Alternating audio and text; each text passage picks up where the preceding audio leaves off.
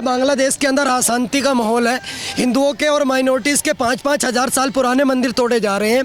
वही इस्कॉन जिसने जब बाढ़ जैसे हालात बांग्लादेश के अंदर पैदा हुए तो जिसने 50 लाख बांग्लादेशियों को खाना देने का काम करा, आज उसी इस्कॉन के संतों को जेल में डालने का काम करा जा रहा है। जहाँ जहाँ प्रमाण मिलेंगे मंदिर के वहाँ वहाँ बुनियादी ढांचा तोड़ेंगे और मंदिर बनाने का काम करेंगे। अगर असुद्दीन ओवैसी की माँ ने दूध पिलाया है तो 110 करोड़ हिंदुओं को रोक लेगा। सबसे पहले मैं पहुंचूंगा कि बांग्लादेश के अंदर जो भारतीय हिंदू बैठे हुए हैं वो हमारे भाई हैं।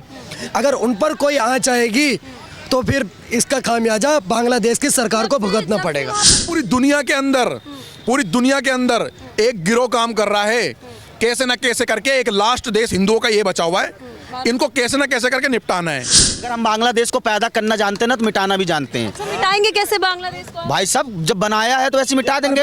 ये परमाणु, राफेल, चिनूकी, मिग-21 मिराज दिवाली के लिए रख रखी है हमने। सवाल ये है कि बांग्लादेश में हो रहे हिंदुओं पर आखिर भारत में इतनी खामोशी क्यों है? भारत में कोई खामोशी नहीं है। मैं कह रहा हूँ भारत का 110 करोड़ हिंदू जिस दिन जाग गया ना, बांग्लादेश यहीं से ही ऐसा कांपेगा कि रुकने का वो नहीं लेगा ना।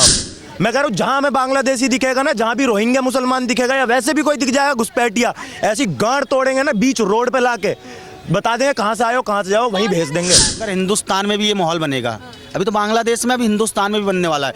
अगर हम लोग जागरूक नहीं होंगे, भाई ये पड़ोसी का हो रहा है, बांग्लादेश में हो रहा है, हमें क्या लेना है, ये गलत है। भाई बांग्लादेश में हो रहा है, ये हिंदुस्तान में भी हो सकता है, कल को हमारे ऊपर भी आँच आएगी। देश में 2-3 ऐसे मुद्दे हैं जिसके बाद जो युवा है वो गुस्से से आग बबूला हो रहा है। फिर चाहे बात करें संभल जामा मस्जिद की, फिर चाहे बात करें बांग्लादेश में हिंदुओं को प्रताड़ित करने की। इस वक्त हमारे साथ कुछ युवा मौजूद है दिल्ली में। सीधा इनसे जानेंगे कि बांग्लादेश में जिस तरीके से हिंदुओं को मारा पीटा जा रहा है जब से यूनुस वहाँ के बने हैं पीएम, तब से आखिर ऐसा क्यों? देखिए, यूनुस खान जी को शांति का नोबेल पुरस्कार मिला था, पर जिस प्रकार से आज देख रहे हैं बांग्लादेश के अंदर अशांति का माहौल है। हिंदुओं के और माइनॉरिटीज़ के 5-5 हज़ार साल पुराने मंदिर तोड़े जा रहे हैं। वही इस्कॉन जिसने जब बाढ़ जैसे हालात बांग्लादेश के अंदर पैदा हुए तो जिसने 50 लाख बांग्लादेशियों को खाना देने का काम करा, आज उसी इस्कॉन के संतों को जेल में डालने का काम करा जा रहा है। चिन्मय प्रभु जो कि एक तरीके से सनातन की अलग जगाने का काम करते हैं। अगर वहाँ की माइनॉरिटी अपने आप को हिंदू खतरे में महसूस कर रहे हैं, वो हिंदुओं की और हिंदुत्व की बात रखने का काम कर रहे हैं, तो यूनुस सरकार उनको जेल की सलाखों के पीछे भेज रही है, देशद्रोह जैसी धाराओं में मुकदमा दर्ज कर रही है। तो कहीं ना कहीं यूनुस सरकार के लिए भारत के तरफ से, भारत की जनता के नाते हम चेतावनी देना चाहते हैं कि बांग्लादेश के अंदर जो भारतीय हिंदू बैठे हुए हैं वो हमारे भाई हैं। अगर उन पर कोई आँच आएगी तो फिर इसका खामियाजा बांग्लादेश की सरकार को भुगतना पड़ेगा। वहाँ पर यूनुस की सरकार है, तब से आखिर वहाँ के उग्रवादी जो है वो शांत क्यों नहीं बैठ रहे? कारण क्या है? या उनकी देन है या कारण कुछ और? देखिए, जब जिस देश के अंदर आतंकवाद प्रभावित कर देता है, तख्ता पलट हो जाता है। आज बांग्लादेश की हालत बिल्कुल पाकिस्तान जैसी है। जिस प्रकार से पाकिस्तान के अंदर प्रधानमंत्री सिर्फ नाम मात्र का है, सब कुछ देखती सेना है, वैसे बांग्लादेश के अंदर सब कुछ इस टाइम वो जाहिल आतंकवादियों के हाथ में है। सिर्फ और सिर्फ वहाँ पर कुछ हो रहा है तो सिर्फ और सिर्फ मौत का तांडव हो रहा है, मौत का नंगा नाच खेला जा रहा है, हिंदुओं की बहन बेटियों के साथ बलात्कार हो रहा है। ये रैलियाँ निकाल रहे हैं, रालीब गलीब सलीब पता नहीं क्या क्या, आए साएं बाएं बक रहे हैं और हिंदुओं को काटने मारने का काम कर रहे हैं। आप साएं बाएं बको, हमको उससे दिक्कत नहीं है, पर अगर आप बोलेंगे कि इस्कॉन की बांग्लादेश के अंदर जगह नहीं है, इस्कॉन एक आतंकवादी संस्थान है, हम हिंदुओं को मारेंगे, हिंदुओं को काटेंगे, तो भारत की जनता भी चुप नहीं बैठेगी। मैं तो मोदी जी से कहना चाहता हूँ कि कब तक आप ये कड़ा रुख अपनाते रहोगे। मैं अभी फिर बोलना चाहता हूँ, प्रधानमंत्री जी का 56 इंच का सीना, मैं तो उनसे कहना चाहूँगा कि अब तो वक्त बदल दो तुम यूँ डरते डरते जीने का और दुनिया का एहसास कराओ 56 इंची सीने का। आप बताइए, एक बार एहसास कराने की ज़रूरत है कि बांग्लादेश की सरकार को उसकी औकात पता लगनी चाहिए। मोहम्मद यूनुस खान को ये पता लगना चाहिए कि अगर हिंदुओं के साथ अगर मैं बांग्लादेश के अंदर खिलवाड़ करूंगा तो कहीं ना कहीं भारत अपनी सेना भी भेज सकता है और बांग्लादेश के ऊपर आक्रमण करके हिंदुओं को सुरक्षा प्रदान करने का भी काम कर सकता है। जिस तरीके से हिंदुओं को प्रताड़ित किया जा रहा है, इस्कॉन मंदिर का मजाक बनाया जा रहा है, इस पर आप लोग इतनी खामोशी से क्यों बैठे? आखिर क्यों? देखिए, हम खामोशी से नहीं बैठे। हम लोगों ने कल जो बांग्लादेश का नेशनल फ्लैग है उसको हमने बाथरूम में लगाकर उसका बहुत अच्छे ढंग से अपमान किया, वीडियो वायरल है। अपमान करने से वहाँ के हिंदू बच जाएंगे क्या? जब से यूनुस वहाँ के पीएम बने तब से आप देख रहे कई महीने हो गए लगातार जो हिंदू है वो प्रताड़ित हो रहे हैं। देखिए हमारे हाथ में जो है हम कर सकते हैं, हमें भी गुस्सा है, हमें भी क्रोध है, हम भी चाहते हैं कि हमारी जो देश की सरकार है हमें भेजे बॉर्डर पे कि जाकर संभालो बांग्लादेशियों के जो वहाँ की निकम्मी सरकार है उसको घुटने पे लाने का काम कर दो। मात्र 10 मिनट में हम जो देश के सनातनी है ना ढाका बॉर्डर को कह रहा हूँ कब्जे में ले लूँगा, 10 मिनट में पूरे कंट्रोल कर लेंगे। अगर हम बांग्लादेश को पैदा करना जानते हैं ना तो मिटाना भी जानते हैं। तो मिटाएंगे कैसे बांग्लादेश को? भाई साहब जब बनाया है तो ऐसे मिटा देंगे। ये परमाणु, राफेल, चिनूकी, मिग-21 मिराज दिवाली के लिए रख रखी है हमने। ये 14 लाख से ज़्यादा केवल हमारे यहाँ पर पूर्ण सैनिक है और अर्ध सैनिक बल तो पता नहीं कितने हैं। ये हमने दिवाली के लिए रख रखे। देख रहे हैं कि इतने ज्यादा स्नाइपर गने, हो रहे हैं। वो स्नाइपर गने, वो जो हमारे यहाँ के स्नाइपर्स हैं, रो है, आईबी है, एनआईए है और भी बहुत सारी भारत की एजेंसियां हैं, वो सब हमने मजे लेने के लिए मीटिंग करने के लिए रख रखी हैं। इसी दिन के लिए तो रख रखी वो तो आप लोग जाने ना, आप लोग सिर्फ मीडिया में बोल देते, लेकिन जिसको मेन काम करना चाहिए वो आखिर बांग्लादेश पर इतना खामोश के। सवाल ये है कि बांग्लादेश में हो रहे हिंदुओं पर आखिर भारत में इतनी खामोशी क्यों है? भारत में कोई खामोशी नहीं है। मैं कह रहा हूँ भारत का 110 करोड़ हिंदू जिस दिन जाग गया ना, बांग्लादेश यहीं से ही ऐसा कांपेगा कि रुकने का वो नहीं लेगा नाम। आप देखिए ना वहाँ पर हमारे हिंदुओं के साथ क्या क्या हो रहा है, कितना सब कुछ हो रहा है। और सबको ये चीज़ कहूँगा, आपके भी गली मोहल्ले में बर्तन बेचने वाला, सब्जी बेचने वाला, एक बार आधार कार्ड देख लेना, जहाँ बांग्लादेश को निकला तो ऐसा लट सूतना, ऐसी गांड तोड़ना बढ़िया करके, बहन याद रखे कि हाँ कि किसी सनातनी का लट पड़ा है, महीने भर तक तो निशान नहीं जाने चाहिए। अच्छा, यहाँ पे भी तो बहुत सारे बांग्लादेशी जो है कि वो अवैध तरीके से रह रहे हैं। ये हमारी सरकार में कमी है। हमने लट बजाया, हमें जेल में डाल दिया। हमने लट बजाया, एक हमारा भाई 1 महीने से जेल में पड़ा हुआ है। क्यों? जी जाए हमारे वो। मैं कह रहा हूँ जहाँ हमें बांग्लादेशी दिखेगा ना, जहाँ भी रोहिंग्या मुसलमान दिखेगा या वैसे भी कोई दिख जाएगा घुसपैठिया, ऐसी गांड तोड़ेंगे ना बीच रोड पे लाके, बता देंगे कहाँ से आयो कहाँ से जाओ, वहीं भेज देंगे। हिंदू बेचारे कब तक सुरक्षित होंगे? क्योंकि कहीं ना कहीं आप जानते हैं पाकिस्तान में हिंदुओं का रहना कितना मुश्किल होता है, बांग्लादेश में भी। जब तक भारत की सरकार, मैं कहता हूँ आज मैं यूएन से पूछना चाहता हूँ, अफगानिस्तान के में जब हिंदुओं को मारा जाता है यूएन मुंह पर टेप लग जाता है, कश्मीर में हिंदुओं को मारा जाता है यूएन के मुंह पर टेप लग जाता है, पाकिस्तान में हिंदुओं को मारा जाता है यूएन के मुंह पर टेप लग जाता है, आज बांग्लादेश में हिंदुओं को मारा जा रहा है यूएन के मुंह पर टेप लगा हुआ है, फेविकोल का मजबूत जोड़ लगा हुआ है, कुछ बोल ही नहीं पा रहे। जब यूएन अल्पसंख्यकों को सुरक्षा देने का काम नहीं कर सकता, अल्पसंख्यकों की बात नहीं कर सकता, तो किस बात का यूएन बना रखा भाई साहब आप लोगों ने? इस यूएन को विध्वंस करना चाहिए। और मैं भारत सरकार से, प्रधानमंत्री जी की सरकार से कहना चाहता हूं कि आप बांग्लादेश की सरकार के खिलाफ कड़ा रुख अपनाएं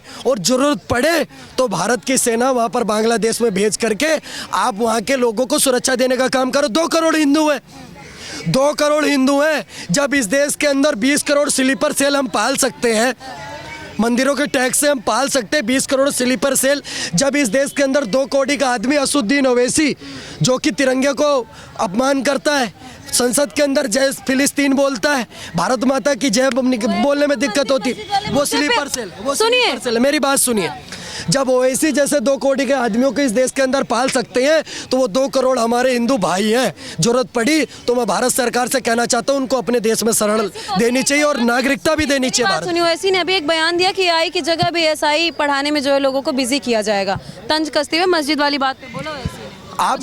आप मेरी एक बात बताइए, मैं कहता हूँ ये ओवैसी जी कहते जो एक तंज कस रहे हैं आर्कोलॉजिकल सर्वे ऑफ इंडिया की टीम के ऊपर या संस्थान पर, तो मैं उनसे पूछना चाहता हूँ, प्रधानमंत्री मोदी जी तो कई बार बोल चुके हैं, कहते हैं कि आप हर मस्जिद में मंदिर ढूंढने का काम करते हो, तो ये तो वही उदाहरण हो गया जैसे कि आपके यहाँ पर आपका बच्चा मेरे घर में आकर फ़ोन चुरा के ले गया, मैं आपके पास आया, मैंने कहा आपका बेटा हमारा फ़ोन चुरा के लाया, फ़ोन वापस कर दो, तो कहते जी हाँ फ़ोन चुरा के लाया लेकिन वापस नहीं देंगे। सेम यही इस देश के स्लीपर सेल ओवैसी जैसे लोगों का हाल है। हम इनसे कहते हैं बाबर आक्रांता था, बोलते हाँ बिल्कुल था, हमारे देश में आया, कहते हैं हाँ बिल्कुल आया, हमारे मंदिर तोड़े मस्जिद बनाई, कहते हैं हाँ बिल्कुल बनाई, हम कहते हैं हमारे मंदिर वापस कर दो, कहते हैं नहीं करेंगे, तो हमारे पास ऑप्शन क्या बचता है?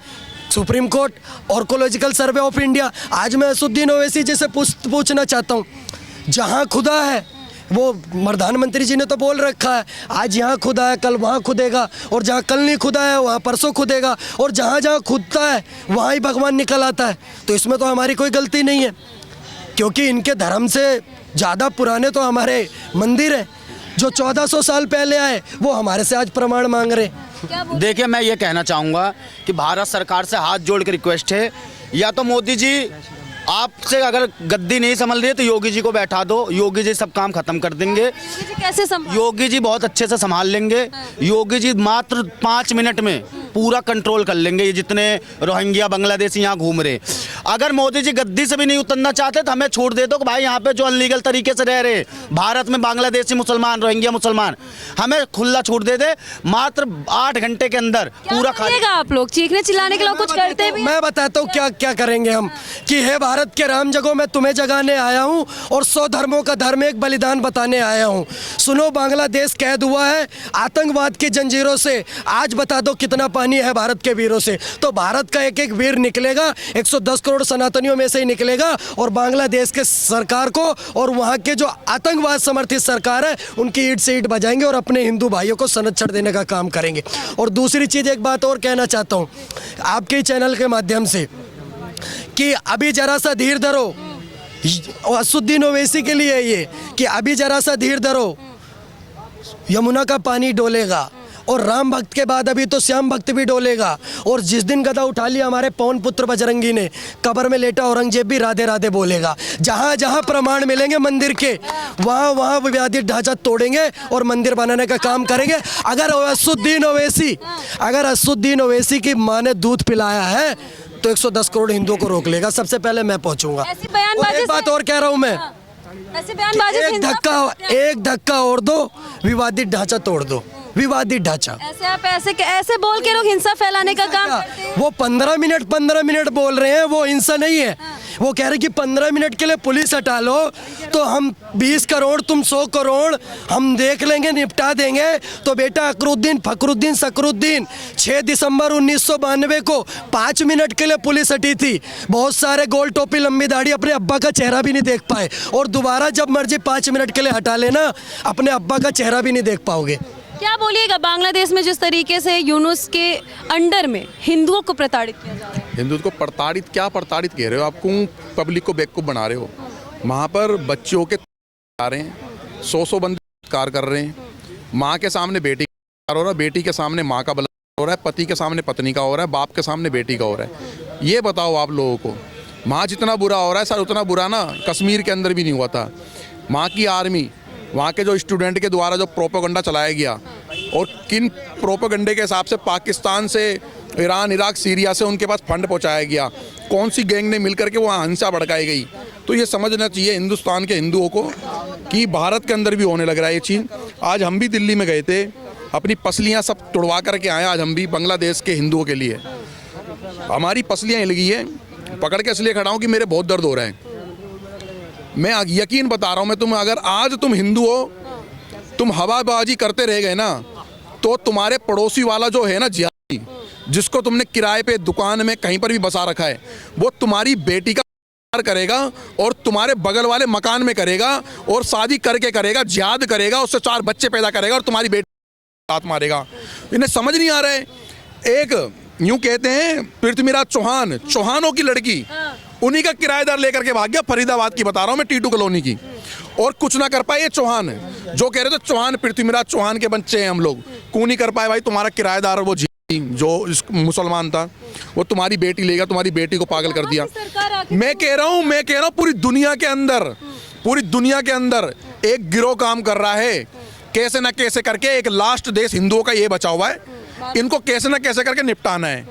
अब भैया मैं अकेला तो निपटा नहीं पाऊंगा, या युद्धि राणा, या अभी ये अपना ये स्पाइडर ना, या सरदार जी, या आप मैडम।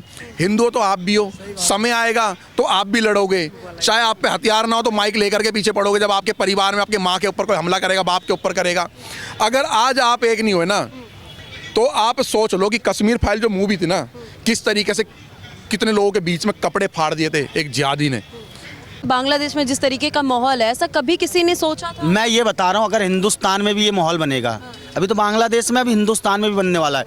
अगर हम लोग जागरूक नहीं होंगे, भाई ये पड़ोसी का हो रहा है, बांग्लादेश में हो रहा है, हमें क्या लेना है, ये गलत है। भाई बांग्लादेश में हो रहा है, ये हिंदुस्तान में भी हो सकता है, कल को हमारे ऊपर भी आँच आएगी। इसलिए हिंदुओं जागरूक हो जाओ, सेकुलर मत बनो। सेकुलर के ही नाम पे ये हुआ है आज। बांग्लादेश हिंदुस्तान का हिस्सा था, वहाँ पे सनातनियों ऋषि मुनि बैठते थे, वहाँ हर चीज़ होता था, लेकिन आज वहाँ पे क्या हो रहा है? जो सनातनी है, जो संत है, उनको जेल में डाला जा रहा है। आप देखिए, मैं बताता रहा हूँ आपको कि अधर्म पर मौन रहकर जो मात्र निहारे जाते हैं, दुर्योधन हो, कर्ण हो या भीष्म में सबके सब मारे जाते हैं। जो भी सनातन देखिए सत्य है, सत्य परेशान हो सकता है पर पराजित नहीं हो सकता। आज नहीं तो कल होगा, हर मुश्किल का हल होगा।